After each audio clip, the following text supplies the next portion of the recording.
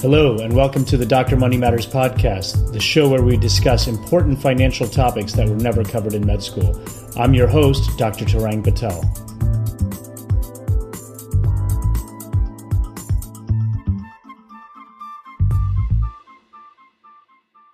Welcome to another episode of the Dr. Money Matters podcast. I'm doing a series about physicians and social media, and a few of the upcoming guests will be physicians who have used social media to create a strong following. I think it's important to understand the pros and cons of social media and to realize that many of our patients use it to access information about us as practitioners and to get information about health topics in general. It's also a great way to network and educate ourselves about the latest topics in our fields. Finally, some physicians have been able to develop their own brand separate from where they practice and really become immune to local practice issues. I think there's a lot to be learned from those who have used social media well. Today's guest, Dr. Charles Cochran, started a popular Twitter account, Life of a Med Student, that led to his website, as you'll hear about during our interview. It's turned into a very popular site and account for medical students worldwide to share their experiences. Welcome back to another episode of the Dr. Money Matters podcast. My guest today is Dr. Charlie Cochran, an anesthesiology resident at Indiana University.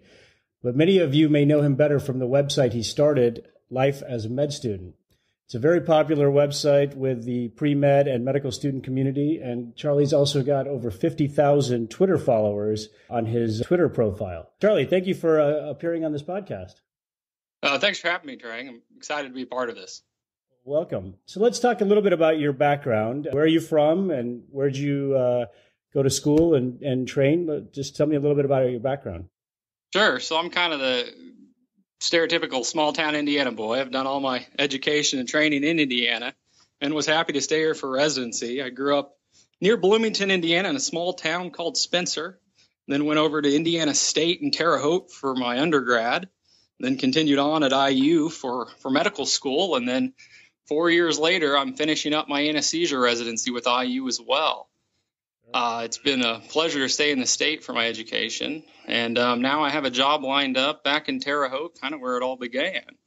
Very nice. Well, I'm an Indiana boy as well, so that's a good thing that we share that background. Let's talk a little bit about your website. Tell me a little bit about it and why you started it. So when I was a third-year medical student, I became pretty interested about Twitter and found that Twitter was a great way for people to connect. And I noticed that there was kind of a void of medical students on Twitter, or if there were on there, they weren't connected in any ways. So I came up with the Twitter site originally called Life of a Med Student with the hashtag. And the idea being that the hashtag could kind of connect medical students. And then, the other aspect of it is medical students share pretty unique experiences through their lives that are both sometimes funny, both times kind of hilariously tragic, and they all seem to complain about kind of the same stuff all across the world. Medical students do. Right. And so you could type in this hashtag, Life of a Med Student, and you could see the same medical students across the world complaining and joking and seeing the same experiences day to day in their lives. And so that was, 6 years ago now. And so I kept the Twitter going, and then just recently expanded it into a website to kind of continue that outlet that I felt medical students wanted to be able to express themselves. And so now kind of the tagline is a voice for those in medical training. And that's really what the original idea was, and what I'm trying to continue today through this blog is it's just not about me, it's about the med student idea and life in general. And that's kind of where it is today. Great. Well, so how has the growth been over time? It's been steady. Interestingly, I look back, so I use Time Hop to kind of track, different things I've posted throughout the years. And so, I remember it took a year or two to get past the 10,000 followers on Twitter, and then 20,000, and now we have 50,000. And there were some tricks I used to help grow that by making sure I followed people who were interested. And there's different apps you can use to try to find people that might be interested in your site. And so I used some of those options. Most of the growth came from just consistently tweeting things that medical students found interesting.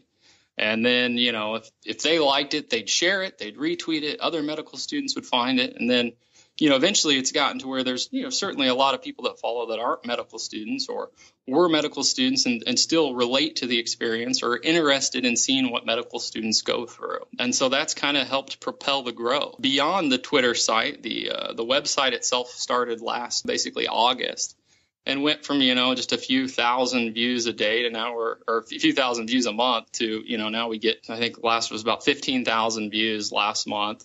So we're looking at over 100,000 views, at this point in time and under a year and continuing to grow every month. So people are seeing it, people are enjoying it, and I hope it continues to be a thing that medical students can look to share their experiences. That's great. Got a lot of information, and I know that you have a lot of people that contribute to the website. So how have you managed being able to run your pretty expansive social media profile and this website while you're a resident? I use every outlet I can to make it more automatic. So, I use an app called Crowdfire, which helps automate some of the Twitter. So if I have a new program or new post come out, that it fires it up on there automatically. And I can set tweets to, shoot off a few times a day. So if I think of something I want to tweet, I don't have to do it right then. I can send it off later. And the same with posts on the internet, on the website that can get posted in, specific times that I set in advance. So when I have some downtime in my day, I'll fire off the next day's worth of tweets. And then the next day, if I get busy, I'm not missing out. But, a lot of these things in social media, it's about consistency. And so it's always been my goal to make sure that there's not long periods of times where the Twitter site isn't producing content or the website won't be producing content. So it's time intensive, but you find little ways to help automate it, and that helps the most. Okay. And do you have a group of people, or pretty much you've just figured out the automation and that? It's just me. Yeah. I started it by myself and it's remained me. I accept a lot of guest posts, which helps take some of the burden of producing content on my own. But part of the reason why I did that is because what made the Twitter account so popular was sharing other people's ideas originally. So I continue that, although I'll admit it makes it easier for me to, if I try to make sure there's 2 or 3 new posts a week. And if one of them is written, by somebody wanting to share their own experience, that's one less that I have to do. But it also gives, I've had people from all over the world do posts literally so far. So it's an exciting way for people to share what they've seen and what they're worried about or what advice they have to the younger generation or things they've experienced. So. Great. That certainly makes it interesting. Right. Now, what are your plans for the future of your social media empire here? Sure. The small empire that it is, but it's become something either way.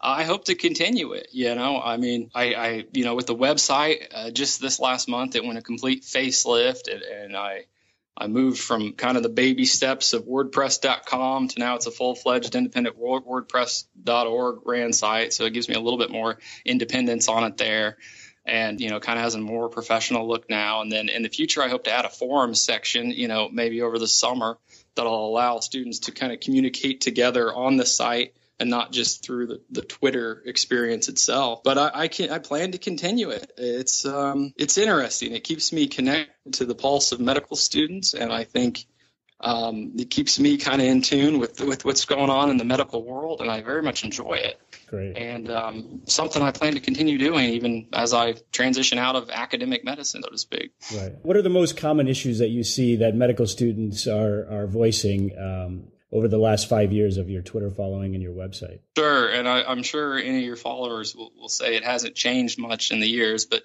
medical students study hard. And, that's the thing they complain about the most, I think, is they spend a lot of their lives studying. They miss family events. They miss sometimes funerals. They miss time with their significant others. Relationships sometimes suffer. Those things really haven't changed throughout the years, I don't think. And in fact, they may have even gotten better in some ways, but that's the things that are on medical students' minds. And certainly, things I see people talk about a lot is, just the the sacrifices you give to them to medicine. And medical students don't really see the benefits as much, I think, to the life in medicine at the time. It's all study. And, certainly financially it gets more rewarding on the other side. And time-wise, sometimes it gets more rewarding. But during the medical student years, it's certainly, those same issues are still prevalent and certainly things people talk about. Think back to my medical student days, and it was very difficult to look beyond your, third and fourth year, and even residency seemed so far away. Absolutely. But it goes fast. So it does. I do encourage medical students to just kind of keep that in the back of their mind and not get too discouraged.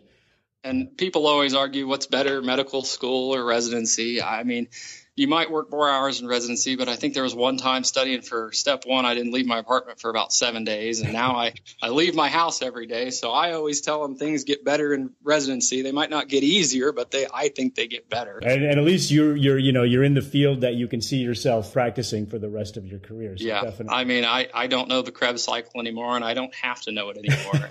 That certainly is a benefit to me. Right. What I learn on a day-to-day basis as a resident now, I will take with me. Right. And so that makes it more meaningful, I believe. So now let's talk about, with the growth of your social media presence, has that affected your professional life at all? So I've only in the last month or two started kind of putting my name towards the site. It started out when people would send me guest posts about 6 months ago. I'd sign it with my real name to let them know that they're, I'm a real person. I'm not some stranger. I'm a real person. I'm a real resident. I go and through the same issues. And only in the last month have I done a few interviews like this where it says Dr. Charlie Cochran of Indiana University. And so I don't think anybody's caught on yet. I had one person ask me if I wanted to talk at a lunch at IU, and I politely declined just until I'm out of residency. Right. I think I should stay behind some aspect of professional boundary, I guess you'd say. So it hasn't luckily affected my professional life at all yet. But I think eventually people, the Twitter account's so big, it's hard to be a med student if you're on Twitter and not have seen that across, even if you don't follow it. Right. From time to time. And eventually I had one med student that was rotating in anesthesia mention it. And I said, yeah, it's a good site. And he said, you're not the guy that runs it, are you? I'm like, yeah, yeah, I am. So, things like that have happened, basically only once so far. Okay. So we'll see. So far it hasn't affected it, but it's pretty, the Twitter account's pretty big. Right. Definitely. It's one of the larger medical following Twitter accounts. So I know when I saw it, I was like, wow, that's an impressive number of followers for someone who at the time you were, like you said, kind of hidden, and it was just amazing. But it's really been interesting. And I think you had a series about the Dear Future Med Student. And I thought there was a really good collection of advice to incoming med students. I think the Canadian Medical Student Association came up with that hashtag. And, I'm opportunistic enough to see that, when somebody comes up with something like that, not everybody's going to know to search it, know. So if I put it together and spend a couple hours to edit a post that then people can read in what they might consider more of a traditional format, it's beneficial for them. It gets a little traffic to my site. Right. And so, I take the time to do that. And, right now there's nobody else that really does. And that's kind of how my whole site started, is nobody else was really doing it. So I saw a niche and jumped in. It's really good the way you aggregated those things. So I think definitely a good thing for medical students. And I think even for those of us who've been practicing for a while to sometimes go back and look and share some of these concerns and see how we have reacted towards those things as our careers have progressed. But going forward, let's see. So now, you've had this pretty significant social media presence, even though maybe you yourself have not been the focal point of that presence. Why do you think that, or do you think that physicians today need to be on social media? That's a great question. And I think the best example of it is actually a post that a doctor in Australia, Dr. Levi, posted, The Dark Side of Medicine, just a couple of weeks ago. Yeah, I saw that. And it was, it went viral, and he had like 260,000 views on that post of nurses and physicians and administrators. And, so you see how, one post about one guy's thoughts that went viral, and now, you start a conversation. And that's what social media can do, is you can suddenly have an idea spread far enough that people, here, in Indiana, I'm reading a post from a guy in Australia, and I'm saying, geez, those are the same problems we have here. Right. What can be done about this? What can we do as, physicians who, our interest is in the patient a lot of times beyond anything else? What can we do to alleviate these concerns? And I think the duty physicians have on social media is to be present, because without that, how do you know about his story in Australia? You don't get that. These are people that you're talking directly to and from. And otherwise, you just reading the USA Today, you're gonna miss that, the pulse of medicine. And I think that's what social media captures best. It's just the day-to-day pulse, the feeling, the mood. And I would encourage every physician to, even if you're not an active participant, just to be there so that you can see these things. Because that was 300,000 people now that read that. That's nothing small. Absolutely. And I think he's a fellow in Australia, if I'm not mistaken. He's an ENT doctor of some sort. I don't know if he just graduated his fellowship, but he's fairly younger. And, I think just saw things that were kind of beating him down personally. Absolutely. With his professional life. And, certainly a lot of them I know spoke to, a lot of people here in the U.S.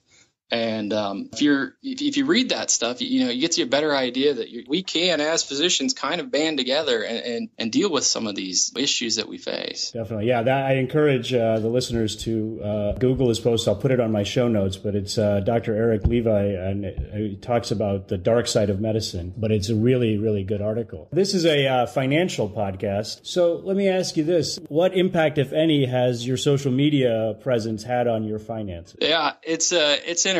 So almost none until I started the website. And the website was a growth of the Twitter movement. But since it's a financial podcast, I'll mention that part of the reason was I had 50,000 followers on Twitter, and people were asking me to advertise things, and I didn't really like the platform to be able to advertise. It wouldn't have been successful. And so I figured, well, if I could create a website that does an extension of Twitter, but then has opportunities for companies that have stuff to offer medical students and medical professionals, well, that would be an avenue to both reach that audience that they're interested in and create a slight bit of payment for the time I put into this, which is not a small amount of time generally. So the website's been fairly successful, and it's been enough that basically one of my posts, I talk about how I was replaced by a telemedicine group for my moonlighting job, and the website basically made that less painful.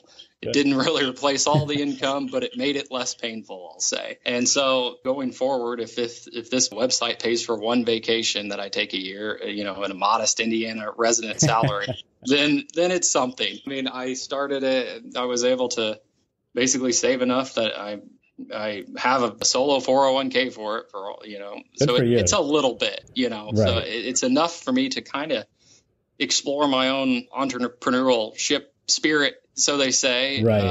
But, I've not quit my day job, I'll say. Of course. No, that's good. I think a lot of people have the idea that, these, people are just making an insane amount of money, but really for the amount of work that you've put in, it's nice to have a little bit come in, but really, it doesn't really offset the amount of work that you have put in. And, and that's one of the first things that, people see with like the white coat investor, how much he makes doing that. Well, yeah, but he's been doing it for 6 years. He didn't make anything for a couple. Right. I mean, you did that for free. Right. And so, I assume, bigger sites like Kevin MD, that was the same way. I mean, I put in, oh man, if I got paid my moonlighting salary, I really probably could quit my day job, as much time as I put into this. Right. I always kind of laugh with people who ask me about it, but it'll be interesting once I make a nice salary as an anesthesiologist, how much time I can justify devoting to this. Right. So, at that point, it'll decide whether this will really sink or swim. But so far, all indications are that it's going to continue to be something I do and both enjoy, but absolutely. And there's always going to be medical students in the foreseeable future. So I think you have a talent pool and you have a group of interested followers for the foreseeable future. So I suspect that you had this level of success with this much effort. I have no doubt that you'll continue to succeed with it. It's promising that I've only had the website now 10 months. It has a reasonable following. That actually helps starting with the Twitter account. If you could do it that way, everybody would. But right. The fact that in under a year I've been able to kind of grow a website following is promising for future success. I do admit. Now, do you use the other social media avenues, Facebook, Instagram? I just started on Instagram, kind of once. It was probably 5 or 6 months ago. I started posting the sites here or there. Now I try to post something every couple days, but it's nothing like the Twitter following. I mean, it's gonna take time to really grow, just like the Twitter account. I mean, it is 5-6 years old now, so that helps. Time is your best friend with social media. Right, definitely. And consistency. Right. Consistent. Now, let me ask you this. Let's close out on you. As your site is geared towards med students, what are some financial tips and advice that you have for medical students? The big one is just remember you're a medical student and you should probably live like a medical student. I know it's pretty cliche, but I think, medical students see these loans as free money. And I know I did when I was a medical student. It's like, well, I'll just get another loan if I run out. Right. And, you can do that almost indefinitely. I mean, there's literally almost no limit to people know you're a medical student. They will just continue to give you money. Right. And so, on my own list of stupid things I did, I one time bought a TV off my loans, which was a very nice TV at the time. And then, I went to Cancun one time and that was a pretty expensive vacation for a medical student. That now has cost me that and 6% for 4 or 5 years now. So, I regret the TV. I don't regret the vacation. So, make smart decisions, spend money appropriately. You can always get a new TV later. A vacation every now and then is probably not the end of the world. Right. But just remember, every dollar you spend, you're going to pay back plus 6% compounded for 5-6 years. And then, who knows how long until you pay it off, depending on how financially savvy you are. For me, that'll be 4 years of residency, and I'm going to have my loans hopefully paid off within 5 years. So that's compounded for 9 years. So that vacation and that TV looks a lot more expensive than it did at the time. It does. But you're right. Like you said, you prioritize. You don't regret the vacation. So there are always experiences, last longer, even though the TV is an object. Experiences last longer. So definitely prioritize those types of things. Yeah. But well, I want to thank you for coming on the show. And again, I am very impressed with your website, your Twitter following, and keep up the good work and keep those med students well advised from coming to your website. Well, I think what you and other physicians that are trying to educate people from financial standpoint is going to have a huge impact on people and on their, not just their financial life, but their personal life. I think better financial decisions lead to better life decisions. And that's something I've really learned in the last year. So thank you for having a podcast like this. And certainly thanks for having me on. I very much appreciate it. Thank you. And we definitely look forward to watching what comes next at Life of a Med Student. I want to thank my guest today, Dr. Charles Cochran, for coming on today and talking about his experience with building a social media presence. You can follow him on Twitter at Life of Med Student and on his website at lifeofamedstudent.com. Both of these will be linked to on our show notes. Also, the article that Dr. Cochran talked about, The Dark Side of Doctoring by Dr. Eric Levi, is linked to on our show notes. And I'm very excited to have Dr. Levi as our guest on an upcoming episode. I really encourage you to listen to that one. What do you think about social media for physicians? What are the platforms that you use? Email me at comments@drmoneymatters.com or send me a message on Facebook, Dr. Money Matters, or on Twitter. As always, thanks for listening, and please leave a positive review on Apple Podcasts, Stitcher, or Google, or wherever you listen. Thanks for sharing this podcast. Our download numbers continue to grow, and I hope you are finding these shows entertaining and beneficial. Remember, I'm not a financial planner. I'm just a doctor who thinks we can take care of our own finances.